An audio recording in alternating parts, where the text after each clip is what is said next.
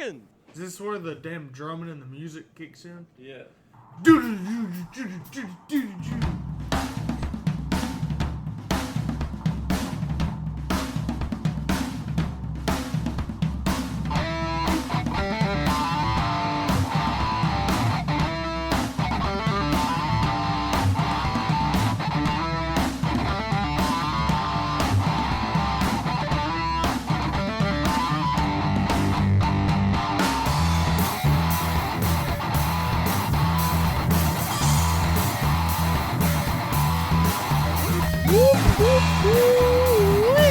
What is going on, everybody? Welcome back to On the Pipe Podcast. Today is Tuesday, January 18th, and that means we are just in time to ramp it back up with another episode of OTP Tuesday. I'm your host, as always, Tyler Shepardson, and I cannot thank you enough for being here with me, for joining me on this glorious evening, this glorious Tuesday afternoon. I am in Charlotte, North Carolina. There's a ton of snow on the ground that melts during the day, turns to ice, makes the road sketchy, but regardless, it is still a beautiful day because it is the return of OTP. That is right, On the Pipe Podcast, back in your life on this Tuesday, January 18th, and we got a lot to talk about. We got a lot going on. We got races just around the corner. They're about to get started up, and once we get back going with the first couple, we're going to be right in the thick of it between the major series. It's going to be 11 straight weeks of racing with no breaks, depending on what you're racing, where you're going, what you're doing. We're going to get to that here in just a moment. First, I want to start things off by saying thank you very much to the folks that contributed to our intro music. That music that you hear at the beginning of every single show was written specifically for On the Pipe Podcast's intro. You won't find it anywhere else because it is an OG original piece. It was written in a bedroom at Devin Byram's house. Those OTP OGs that are in the know, that have been here with us since the beginning, over 4 years ago. You guys remember Devin Byram. He is the former co-host of this very podcast right here. So that is Devin on the drums. We're over there. They had band practice at Devin's house, and that's kind of where this whole thing transpired. On the guitar was none other than former Supercross 250 West Coast Lights champion Justin Hill. He was on the guitar playing the riffs. So it's been a while. I like to bring that up every now and then and thank those fellas. Appreciate you for making the OTP music happen. Both of them still working on music, so hopefully we can get some new music coming out of both of those fellas coming up. But before we get started, I do also want to say thank you to our good friends over at Armored Graphics. If you've been with the show for a while, you know exactly who Armored Graphics is and what they are all about because they have been pumping out top-notch quality work for quite some time now. They are the official graphics supplier of On the Pipe Podcast, and you can trickle that listening bonus down to yourself as well. If you order your Armored Graphics on their website at armoredgraphics.com, you can save 20% off of your order by using the promo code OTP20. And when you start thinking about graphics and put them on your bike, they are not cheap. A lot of them can be costly. That's why if you're going to spend that much money, you want to make sure you are getting the absolute best bang for your buck. Armored Graphics cuts no corners as far as their designs are concerned, as far as their materials are concerned. You put them on at the beginning of the year, they will last you all the way through the year and all the way through the offseason. Basically, you end up changing your Armored Graphics when you want your bike to look differently. You're not going to have pieces peeling off and folding off. You're going to end up changing it just to get a refresher. That's how good Armored Graphics are, and when you are making that investment in your bike, you can save 20% off of your Armored Graphics by using promo code OTP20.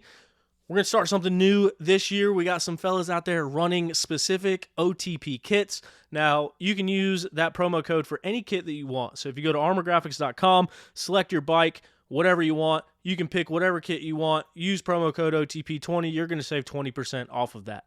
Going one step above and beyond, if you get an On the Pipe kit, where I'll post some photos up of it, but no matter what kind of bike you have, we can get you an On the Pipe podcast kit. if you get that kit, let me know. And Paul over at Armor Graphics will let me know as well.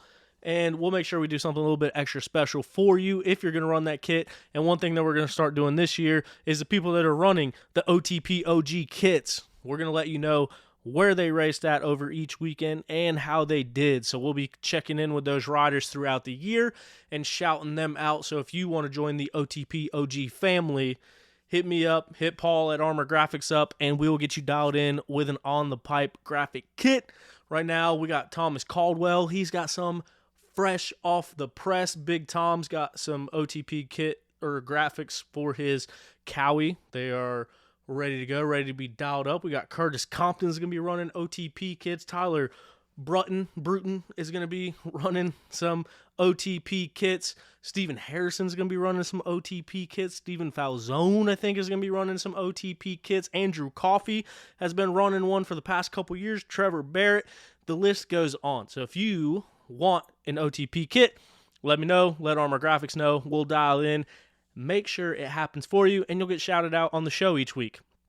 But with that being said, and with that out of the way, we have an exciting show coming at you. So I want to give you a quick rundown. First thing I'm going to do is, after the rundown, of course, is tell you about my injury. A lot of you guys know about it. A lot of you guys don't. I'm not going to waste a lot of time on it, but maybe provide a little bit of information why this offseason got extended a little bit longer than I intended it to. Also, we have huge news, big news, monstrous, what's that word? Some word, you know what I'm talking about. Another word for big, very big news. We have an official, that's right, we have an official manufacturer of On the Pipe podcast. That is correct. But I'm not going to tell you now. We're going to reveal that at the end of the show. So stick around with us. At the end of the show, we'll unleash that big news on the world. We're going to kind of talk about a few things going on in the racing world and what to look forward to. But with no further delay, want to give out our T's and P's to a couple riders that are down and out right now. So T's and P's, Jojo Cunningham, subject of the show at the end of last year's season, and some stuff that happened there. But Jojo lighting the world on fire, winning championships after championships after championships on that Babbitt's Online Monster Energy Cowie. I think it's still Monster Energy and everything. Riding down at the Shoals, preparing for the season, riding with some buddies, ends up taking a digger down there and breaks his femur in half. So big bummer, especially how close we are to the season. So T's and P's with Jojo Cunningham. Hope he makes a full recovery and a quick recovery back from that broken femur. And then also Ryan Sipes. If you guys have been following around with Ryan Sipes' social media, you can see that he got broken off pretty badly there. Seems to be doing not in the best of shape, but all things considered, he is doing well. I think he's still in the hospital right now, actually, but Ryan Sipes had a bit of a crash where I think he overjumped a jump. He ended up fracturing his pelvis, tore his bladder, broken sacrum, which your sacrum is one link up above your tailbone, so it's your tailbone and then your sacrum, so basically broke his lower back, also broke his L4 and L5, and then had a slight brain bleed and other internal bleeding. So he's been posting videos. His wife, Holly, trying to keep everybody in the loop. Ryan himself trying to keep everybody in the loop from the moment he got in the hospital. He's been posting little updates about his condition and what is going on. So definite T's and P's out to Ryan Sipes. I hope he makes a full and speedy recovery as well. But let's get into it. We are back. This is Tuesday, January 18th, not 28th, 18th. A lot of stuff has happened. Now, the last show that we did, one thing that I mentioned is, hey, I'm going to take a couple weeks off for the offseason, get things together, and then we'll be pumping out content over the entire offseason. Little did I know that shortly after I made that statement, I was actually out riding my street bike. I have a Yamaha Tenere 700. It's like a dirt bike on steroids. Really cool bike, racing at Big Buck. Anyway, nevertheless, I was riding at home from a company event and come around the corner. Lo and behold, in the middle of the road, in the median there is a deer. I see the deer. I see the deer see me see the deer. Immediate first thought, this ain't going to be good. But the deer was kind of facing into the oncoming lane, or basically towards the lane that I was in. So it was a divided highway. She was facing towards the way that I was going. So as soon as I see the deer, I get heavy on the brakes, try to stop, because that was my first thought. Hey, let's get on the brakes. Let's figure out what's going on. The deer, once she sees me, she immediately kind of panics and then turns completely around to start running the opposite direction. So I'm traveling down the right lane. She goes to run into the left lane. When I see her change directions and start to take off running, my mind then goes, I don't want to see how this pans out. I'm going to get on the gas and I'm going to get past this deer before this deer has another opportunity to make another decision. So my thought, hey, I'm moving fast right now, probably 55, 60 miles an hour. The deer is going the other way. I'm going to let off the brakes. I'm going to get on the gas, and I'm going to get past this deer before she has time to make another decision. Just as soon as I let off the brakes and get on the gas, this deer makes the sharpest cut that I've ever seen in my life and runs immediately straight into me. I mean, it was like she was a heat-seeking missile and really was attracted to Yamaha Tenere 700s, because as she went to turn and run away and I go to get on the gas to get by, she turns, run directly into me. Now, this is all happening within a fraction of a second. All these thoughts are going through my mind. Once it turns and comes back to me, I realize there's no getting out of this. This deer is hitting me. I'm hitting this deer. This is about to be a bad night. So knowing that, I mean, I'm still on the gas at this point, too late to brake, and I see the deer running at me, and I kind of lean into it. I know in the moment, there's no avoiding this. There's no stopping for sure, and there's no really getting out of the way, because I just saw this thing make 3 different movements in a fraction of a second. I don't know what it's going to do next. So for whatever reason, my instincts took over, and I lean off the left side of the bike and kind of lean into the deer. So the bike, pretty heavy bike, and like I mentioned, I'm hanging off of the bike, leaning into the deer. My thought process, and once again, this is happening faster than I can even process thoughts, but looking back on it, the best thing that I can assume is my instincts thought, as soon as I hit this thing, its momentum is going to push me the opposite direction. So I figured if I lean into it and basically drive my shoulder into it like a damn running back, that maybe I can plow right through it and keep on keeping on. Somehow, I was lucky enough that whatever body English I decided to do worked, because I did not crash my motorcycle. I did cream the deer, killed the deer. Deer was dead on the side of the road, but I kept the bike up. I kept going forward. I was not on the ground. And I think that was the most surprising part, and definitely the luckiest part about this whole entire situation, because I think 9 times out of 10, myself and probably a lot of other riders, and definitely inexperienced riders, your first reaction is to avoid it. So either lock up the brakes and then the front wheel locks up and you slide out in low side and go flying across the highway and hit the deer anyway, or you try to swerve away from it, hit the deer, kind of glance off of it. Now you're going off-road into the woods at 60 miles an hour. So there was a lot of different ways that this situation could have panned out. Luckily for me, I was able to keep the bike up and keep rolling. It did snap my leg in half, so I had a compound tib-fib fracture. I had 2 different holes in my leg where my bone came out. So the bone, from what I can tell, the top of the broken bone went through the front of my leg, so like right in the middle of my shin, and then the bottom part actually got compressed and came out the side of my calf. And so as soon as this happens, my first thought was, there's no way that just happened. Like, this isn't real life. That didn't just happen. My second thought was, my leg is for sure broken. And my third thought was, what do I do? Like, what do I do?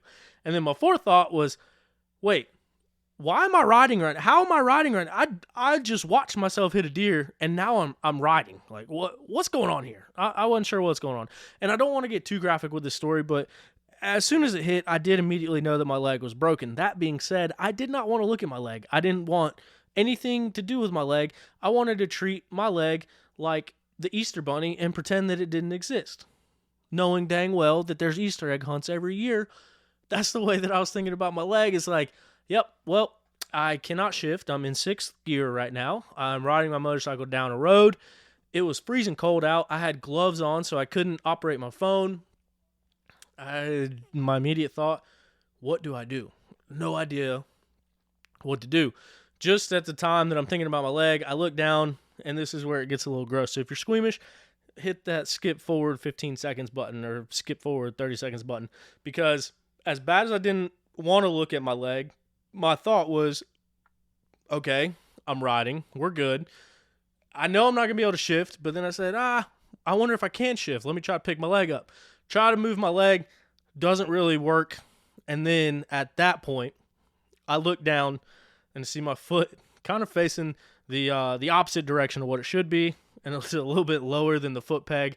And then, like I said, I tried to pick it up. It still felt like it was on the peg. It wasn't until I looked at it and saw that it was off the peg that I knew it was off the peg. So I kind of grabbed my pant leg, throw my leg back up on the peg, and then keep riding. Luckily, I was able to, I had headphones in, but I was able to get Siri to work. I ended up calling real good buddy, Trevor Barrett. I was actually leaving his house. We worked together, so we went to a work function, then went back to their house. And so I wasn't too far gone from his house when it happened, so I give him a call. Keep in mind, stuck in sixth gear, can't really slow down, can't really stop, so I'm still riding my bike, trying to scream through my headset because you can't hear me because of wind noise, trying to tell him what's going on. But end up making it down to a gas station down there, and him and buddy Justin Griffin and Trevor's sister, they came and picked me up, loaded me up in the truck, fought with paramedics for a little bit, but ended up getting driven to the hospital by my friends. So it was a pretty big ordeal, and it was really cool of my friends to be able to help me out in that situation. But nonetheless, that was a long story for a short conclusion, in that my whole December was filled with recovery. So had immediate surgery that next morning for the compound tib fib. They end up putting a rod or a nail all the way through my shin bone. So I've been kind of dealing with that 1 week after it happened. So the following Monday, not 2 days later Monday, but the Monday after, I actually had to go in and do a safety presentation for the entire company. So we gather 4 times a year. We gather the entire company, and I have to present a safety meeting with various safety topics throughout construction stuff. And so it was a week later, and I knew that was coming up, and our December one is usually the biggest one. So I was able to get out of bed, drive myself to work. That was my first time driving a vehicle. Was heading into work that morning at 5 o'clock in the morning. Got there, got everything ready, put on the presentation, talked to the whole company. Everyone made jokes about the safety guy being on crutches, safety guy having a broken leg, blah, blah, blah. It was a good time. But other than that, kind of laid low a little bit from work. I had to really take some time and recover. Coming from shoulder surgery, shoulder injuries, broken arms, broken ribs, there's things like that where you can still function semi-normally. You still go on about your day. This was my first time breaking a leg. I had meniscus surgery on my knee before. That didn't really keep me out too long, but I had never broken my leg, especially in the fashion that I did. So being unable to walk is a major hindrance, as it turns out to be. So trying to ease my feet into getting back into work and everything. So December, as I mentioned, was just mainly all about recovery, trying to get that leg healed, trying to get everything feeling better. Kind of lost track of all time and day when it happened. I was up all night, and then I had surgery, so then I slept all day. And then on the medicine and stuff that I was taking, that just ended up being my schedule for a while. So basically sleeping through the day and being up all night. And it really just took a while mentally, physically to get back from that. So that is how a couple weeks of the off season turned into being, I think it's been a month and a half, something like that. But nonetheless, we're back, we're rolling, we're back to a normal and active lifestyle. Today is 6 weeks and 2 days after 3 days. 6 weeks and 3 days after my injury. And we're back rolling. We're out. We're doing good. Trying to get back onto a routine of things. Went down to Zach Hayes' Carolina XC Series over the weekend. It was down in South Carolina. It was my first opportunity to check one out. Before this whole leg thing happened, my goal was to go to all 4 of them. He does them over the winter time, so during the off season down in the South Carolina area. And Zach Hayes, as you guys know, he's competed in XC2 for a while, and then the year before last, he won the GNCC XC3 championship. So it was cool to see a professional rider start up his own series, and it's a GP race, so it's a little bit different than anything else in the area right now. And it's cool that he was able to get it up. He had a successful first season, and it looks like things have been going decent for him this year as well. So I was glad that I was finally able to get down there and get a chance to check that out. Saw a lot of really good battles between Jason Tino. He's a New Jersey native. He was down riding in the sand, battling out with Zach Hayes' younger brother, Chase Hayes. So that was cool to see those guys. Every time you see them, they were neck and neck, and they were pulling away from the rest of the field. Down in third place, you had Cade Henderson and Caleb Baltimore. They were battling back and forth, and it was kind of weird the way it worked out. So in the first moto, Chase Hayes won, Jason Tino in second. Those guys were battling. And then Cade Henderson got third, and Caleb Baltimore got fourth. Those 2 guys were battling. Well, then in the second moto, the battles were just as close. The battles were just as intense, but it was Jason Tino. They got the best of Chase Hayes for their battle for first and second. And then it was Caleb Baltimore that got the best of Cade Henderson in their battle for third and fourth. So as close as the battles were, they ended up swapping their positions respectively between first and second and third and fourth between the 2 motos. So at the end of the day, you combine the moto times. The moto scores. If it's a tie, it goes to the second place moto finish. Therefore, Jason Tino got the overall win, Chase Hayes in second, and Caleb Baltimore in that third place position. But it's cool. I like the layout, like the atmosphere. Seems like everybody was having a good time. It seemed like just a good time out in the field. It was like a chicken and pig farm or something. So that was cool to finally be able to go check out a Carolina XC event. They have another one coming up. It is in Sumter, South Carolina. So if you would like an opportunity to go race one yourself, you can go check it out. Now, going off of that, as you're trying to figure out where everything is going, where every race is, and what all is going on, and where you need to be, I did put together a spreadsheet that you can find on onthepipepodcast.com. If you click the menu, there's a tab or a page or a section for the 2022 races.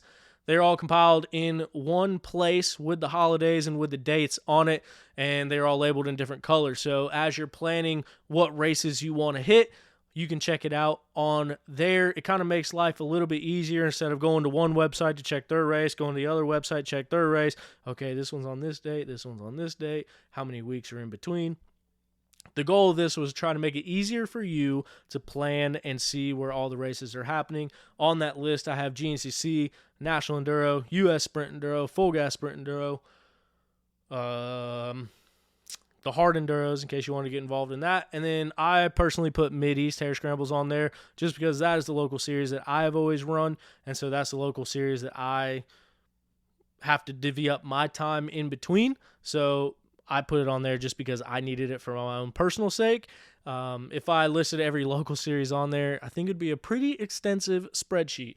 But anyway, as far as the major, more premier series are concerned, you can find them all in that one place at onthepipepodcast.com. And it is starting with the first week, January 23rd, which is going to be this weekend, which is going to be the first round.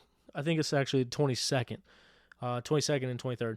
But this weekend will be the first round of the US Sprint Enduro Series. So US Sprint Enduro coming into their second season as a series. They ran all of last year. I forget how many races that they ran. But they're going to be returning. They're going to be competing again with Sprint Enduros this year. They're going to be doing the same thing as they kind of did last year as far as running a 2-day format. So you can go check it out. It is going to be in South Carolina. So you can find their information on their website and you can go check out that one. Now, if you guys have been listening to the show, you do know about the Sprint Enduro duel that happened last year when Full Gas announced that it was shutting its doors, and then US Sprint Enduro coming in and getting involved the way that they got involved. I'll just leave it at that. Now, fast forward to this year, surprise, Full Gas Sprint Enduro is back. So last year, January, Full Gas announces they're no longer doing it. Shortly after, US Sprint Enduro announces that they're going to do it. There was some toying around with Full Gas and what might, could, should, would happen. Turns out that ended up falling through. But last year, US Sprint Enduro was the solo East Coast Sprint Enduro series. And now you have Full Gas Sprint Enduros back in the mix. It is with a new owner. And they have decided to compete straight up and I guess take back what was Full Gas's. But the new owner wasn't involved in the original Full Gas, but still scheduled their Sprint Enduro races over top of the US Sprint Enduro races. So that's going to be interesting to see how that whole thing pans out and how it shakes out as far as those Sprint Enduro races are concerned. Sprint Enduro races in the past have traditionally been one of the smaller series. It is a very tight and niche crowd. It is a very cool crowd that runs those Sprint Enduro races. But, I mean, just looking at it, the fact of the matter is it had the lowest amount of participation as far as racing disciplines are concerned. So now you're taking that already small discipline and you're trying to separate it into two rather than combining it into one. So even when there was one Premier Series, it wasn't pulling the numbers that a lot of local series were pulling. And then all of a sudden it's a new series with new owners last year with the US Sprint Enduros, and they were pulling half of the numbers that Full Gas was pulling. And now you got another Sprint Enduro series on top of it. So it is cool that there's a lot more racing to happen. Kind of, because with them being over the same dates, yes, there's different options to race, but I mean, it's still the same date. So if you want to race a Sprint Enduro, you still only have limited options, even with two series, because you're having to choose between the two series. So I don't know how that whole thing is gonna shape out, but I've had a ton of feedback from Full Gas, or from the public reaction about Full Gas and my involvement in Full Gas, and I think it's worth noting that there was an opportunity for me to be involved in it. I decided to decline the opportunity to be involved with the new Full Gas, mainly just to kind of see how everything goes, but also just my schedule is tough already with my full-time job, and then trying to do this on top, and then trying to ramp things up for the podcast this year as far as what we're going to be providing and what we're going to be doing. But then also another deciding factor in it for me personally was the new owner of Full Gas. Now, if you don't know, the new owner of Full Gas, his name is Josh Koshcheck. And I don't want what I just said about the new owner to be misleading, because basically Josh Koshcheck is a guy that I idolized throughout high school and years after high school. I come from a combat sport background, as a lot of you know. I was a wrestling state champion, and then dabbled a little bit in the college wrestling scene. And then from there I went into jiu-jitsu, which naturally led me into MMA, where I had a couple fights. But I mean, even throughout my high school career as a wrestler, that's the sport that we all followed, was MMA. It was such a major part in everything we do because it translated so well. And at that time, especially, even in today's UFC, but in yesteryear's UFC, all of the champions were wrestlers. They were high-level wrestlers because it translates so well into MMA. And that being said, that was our sport. I mean, at that time, I didn't even ride dirt bikes. So MMA was it for me. Like, that was my number one sport. That's what I followed the most, and that's what I trained in, and that's what I wanted to do. And one of the guys that I always liked, because of a lot of it being their wrestling background, was Josh Koshcheck. So now the opportunity to work alongside them, combining those two things that I love, combining my past love of MMA with my current love of dirt bikes and everything going on, it seems like the absolute ideal thing. But throughout the past, probably, I think, year and a half now, I've actually been able to become friends with Josh Koshcheck, who, as I mentioned, is the new owner of the UFC. Not the new owner of the UFC, the new owner of the Full Gas Sprint Enduro series. So part of this whole thing is with the role that I was offered or trying to get, I think there's a lot of room for interpretation there, and I didn't want to be put in a situation where, to me, like, imagine a idol or someone you looked up to, or a sports athlete or someone that you liked a lot growing up, and you get the opportunity to kind of go ride with them and talk to them and this and that.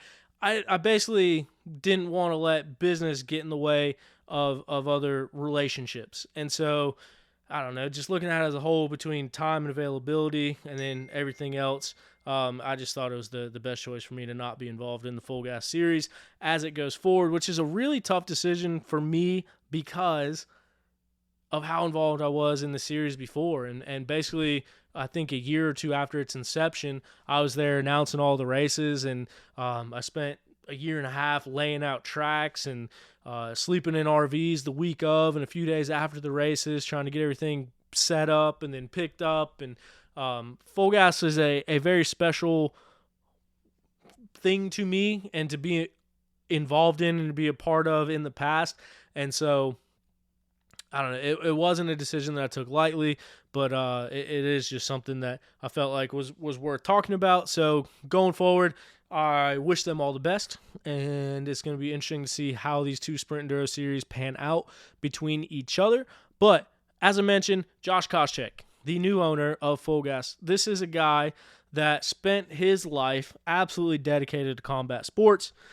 After that, he starts his own company that he runs that is a very successful company as well, and then gets into riding dirt bikes. So, as I'm sure every single person that is listening to this can relate, once you get bit by that bug, it takes over. And this is very easily something to get very passionate about, and that is exactly what has happened to Josh. If you look at local series races, GNCCs, he raced a Full Gas before. That's actually where I met him for the first time, was the Hidden Valley Golf Course at the Full Gas Sprint Enduro. And it was kind of one of those things where I'm sitting there looking at him, and I see his ears, and I'm like, this guy looks kind of familiar. And then that's when I noticed his ears, and I was like, that's Josh Koshcheck standing right there. So we ended up talking, and it was pretty cool. Anyway, nonetheless, he ends up getting a dirt bike and getting bit by the bug as well. He's become very passionate about the sport. You talk to Josh, and the only thing on his mind is dirt bike racing. And so ever since the Full Gas news came out, he has been interested in taking it over. Just from that event that he went to, he enjoyed it so much and saw the potential in it. If you guys did listen to my episode from last year when I kind of explained my whole role with Full Gas and National Enduro and the way that everything went down in 2021, you might remember when I talked about Full Gas, I was approached by two different people to purchase Full Gas and keep it running myself. Josh Koshcheck was actually the first phone call that I got when that announcement was made. So I kind of alluded to another party being involved in that episode that I talked about. Now, I can put it out there and say it was Josh Koshcheck. So from the very jump, Koscheck did show interest in getting the series, which I think is cool because he's motivated, he's passionate, and like I said, he saw the potential in Full Gas, and now he's going to take that lead and run with it. Now, if you guys don't know who Josh Koshcheck is, I know it kind of just gave my synopsis of it, but Josh Koshcheck is a four-time All-American NCAA wrestler. Now, if you don't know a lot about wrestling, that's okay. You probably have your own preconceived notions about it, but it is probably the toughest sport, like sanctioned sport, especially like in high school, college, things like that, as far as a mental standpoint and a physical standpoint. So to reach that level of college wrestling is absolutely absurd. So his wrestling stats alone are enough to impress anybody that knows anything about the sport. So he's a four-time All-American wrestler at Edinboro University up in Pennsylvania. He was a four-time conference champion at Edinboro. In 2001, he went undefeated to win a national championship. So four-time All-American, one-time NCAA national champion, which is absolutely absurd to reach that level of the sport. if you've heard of The Ultimate Fighters, the reality show that the UFC started, Josh Koshcheck was on the very first season ever of The Ultimate Fighter. So he's kind of in that UFC MMA pioneer crowd, which I think is really cool. He fought for the UFC welterweight championship. So one of the guys that's synonymous with the sport is GSP, George St. Pierre. If there was a Mount Rushmore of the greatest MMA fighters of all time, I think George St. Pierre is most certainly on that Mount Rushmore of MMA fighters. Josh Koshcheck fought him twice, and one of the times he fought him was for the UFC welterweight championship of the world. So, as I mentioned, he fought GSP twice. He fought Tyron Woodley, who is a former UFC welterweight champion. He fought Johnny Hendricks, who's the former middleweight champion. Or no, he was the 170-pound champion too. Robbie Lawler, former champion. Matt Hughes, former champion. Anthony Johnson, former title challenger. Diego Sanchez. So these are the people that he's fought. So he made a career at the highest level that you can get in MMA. And like I mentioned, now he has transferred that same exact drive and effort that you get from wrestling and from MMA and transfer that into dirt bikes, as he's been racing himself for the past several years. And now he's taken on this this role as the new owner of the Full Gas Sprint Enduro Series. So I wish nothing but the best. I think it's really cool to be able to see someone that I watched for so long take over and run this thing that I was such a big part of in the past. And that's why I don't want to muddy the waters with anything. I don't want to muddy the waters with the way Full Gas was and how it used to be in the quote-unquote good old days versus what it's going to be, because it's going to be different. I mean, it's as simple as that. You can try to keep it the same all you want. It's going to be different. And so between just the legacy that Full Gas left before, going into what they're doing now, and then also not wanting to muddy any waters, or I think it's cool to be able to be friends with guys like that and to chat and to go ride and do all that. So I didn't want shortcomings on my behalf to upset anybody else involved in the series or things like that. So all that combined is just a long answer to a short question of why I'm not involved with the series. I'll still be there. I'll definitely be at the first round. Probably be out there with the camera covering them. So I'm excited. I'm excited to see what happens. I'm excited to see what it evolves into from there. It was cool to be the voice of the series for so long. You look at every single YouTube video with those voiceovers. It was cool to be able to do those. It was cool to be able to be the announcer. And I met so many cool people at Full Gas, and I'm forever grateful for my time at Full Gas. So, like I mentioned, that series will remain near and dear to me. But it is changing, and I think it's cool that there is new ownership and there is somebody bringing back that name and carrying on that Full Gas legacy that means so much to so many people and accomplished so much in such a relative short amount of time, to be honest with you. What Hooper was able to do with that series in the time frame that he did it in, I think is insane. It was such a cool little niche series. It was, if you never went to one, you should go check one out now, once it gets rolling, because going to the Full Gases in the past, it was cool. It was a little family. It was such a neat event that had a different perspective than any other race series that I've ever been to. And so that's why I'm excited to see it continue on. I don't know how many times I can say the same thing over and over again, so we're going to move on. At the beginning, we talked about some very big news, some very great news, some very monstrous. I still don't know what the word is, but you know what I mean. The other word for big that starts with an M. And that is, I am very excited to finally announce right here on the Pipe Podcast that we have an official manufacturer sponsoring the show for the 2022 season. I could not be any more excited to share this with you and to work with them. In 2022, the official manufacturer of On the Pipe Podcast will be, drum roll, if that was insanely loud, I'm sorry. But this year we'll be working with Beta Motorcycles for the 2022 season. As I mentioned, I could not be any more happy than to establish this partnership with Beta. They are a family-owned company. Matter of fact, Beta Motorcycles is the official manufacturer of On the Pipe podcast. Beta Motorcycles has been a family-owned and operated company since 1905. They manufacture the finest enduro, trials, and dual sport motorcycles that are known for their premium quality and rideability. Beta motorcycles are the best looking bikes on the market and back it up with their superior performance. Head over to betausa.com for more information on their available models or to find a dealer near you to get yours today. Yeah, that's it. That's the selling point right there. Beta Motorcycles, they're family owned and operated. Right now, they're based in California. They are such a cool company, and I am very excited to work on this partnership with Beta because I've ridden their motorcycles, and they're sick. Like, they are very good. That's one of the main things that they focus on is rideability, and that is the best way that you can describe riding a Beta motorcycle.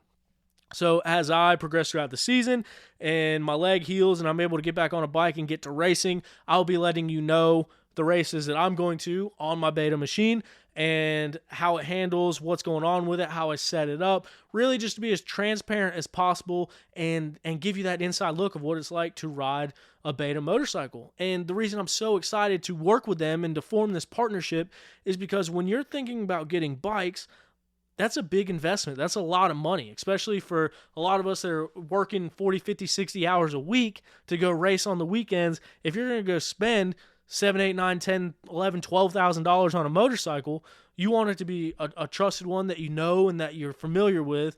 And I think that is a reason why I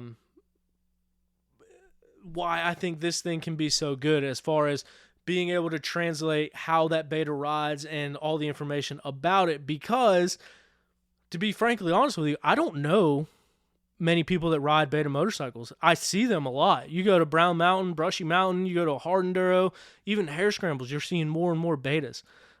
This year they got Jonathan Johnson and Evan Smith. They're both going to be running the XC2 class. So, I mean, you see Betas everywhere.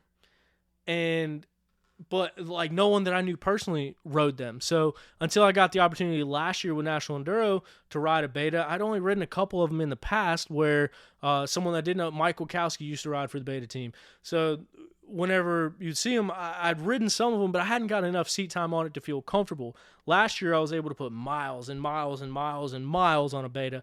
And that's when it really started to shine to me, and I really started to feel how good those bikes are. And I think without you being able to ride one or without your friend having one, Beta's one of those bikes that you see but you don't really pursue because you know a Honda, you know a Yamaha, you know a Cali. Well, these Beta bikes can outperform. I mean, everyone has their own preferences and their own tendencies, and you might find out that a Beta is the best suited bike for you and that you feel the most comfortable on it. So I'm excited to put some more seat time in on it and really share my information with you all about what I see, what I feel, in hopes that next time you're buying a motorcycle, you consider Beta because they are, like I said, great bikes. And it's cool because they are family owned. One thing that Beta offers that I thought was really cool that I don't know of any other manufacturer that does, they offer a 6-month warranty on a dirt bike. So you have a dirt bike, you buy it, you got a 6-month warranty. I think most bikes, you could blow it up the day you bought it, and you're just going to be SOL. So I think that's cool. Before this whole COVID thing happened and the supply chain kind of got shut down, you could go on Beta's website. You can pick out the bike you want, the way you wanted it, and have it sent directly to you. You just buy it online, just like you buy something on Amazon. You could buy a Beta motorcycle and have it sent to you. Because of that, that is kind of suspended at the moment just because of the supply chain and the state of everything in the world, especially in this industry. But you can still go online, order a bike, and have it sent to your closest Beta dealership. So if you go to betausa.com, you can find the closest dealership to you. You can go check one out, and then if you want to buy one, you can have it sent directly to that dealership. Another thing cool that they do as well is Beta manufactures their own suspension. So their race team suspension is all built in-house. So going one step beyond that, if you order your Beta or you already have a Beta, if you have a Beta, you can send in your suspension and they will redo it and send it back to you. But if you're ordering a new bike, you can actually go on there and select your suspension that you need. So that way your brand new bike out of the box comes with the suspension already set up and valved and sprung for you. So there's a lot of really cool things about Beta. I am through the roof, over the moon with excitement to bring that information to you and share my experience with Beta to you, and I hope that you get to learn a little bit more about Beta motorcycles, and that is the whole goal of this thing, is to become more familiar with it as the season goes on. So big shout out to Beta. I want to give them a big thank you to taking a chance and on me, and I think it's going to be a really cool thing, and I'm excited for the 2022 season. Now, if this leg could heal up and we could get things underway, I would be even more excited. But this weekend, the opening round, U.S. Sprint Enduro, it will be happening down in South Carolina. I will be down there as well. So if you are in the area and you want to get some seat time on your bike, there's no better time than now, and now is this weekend. So hopefully we will see you down there at the races. As always, thank you so much for listening to On the Pipe podcast and OTP Tuesday. Now that we're back and rolling, we're going to be rolling going forward. So we're about to be in the thick of it. We're about to be right in the middle of race season once again. So thank you all for tuning in and listening. We will see you at minimum next Tuesday, and hopefully we'll have a couple guests on to chat with us as well. As always, thank you for tuning in. Give us a follow at On the Pipe Podcast on all social medias, and then check us out and our 2022 schedule at onthepipepodcast.com. Check out betausa.com and armoredgraphics.com for all your bike and graphic needs. And if you do feel so inclined, wherever you're listening to this, go ahead and subscribe. And we appreciate it. Glad to be back. Glad to see all of you again at the races. We'll see you this weekend.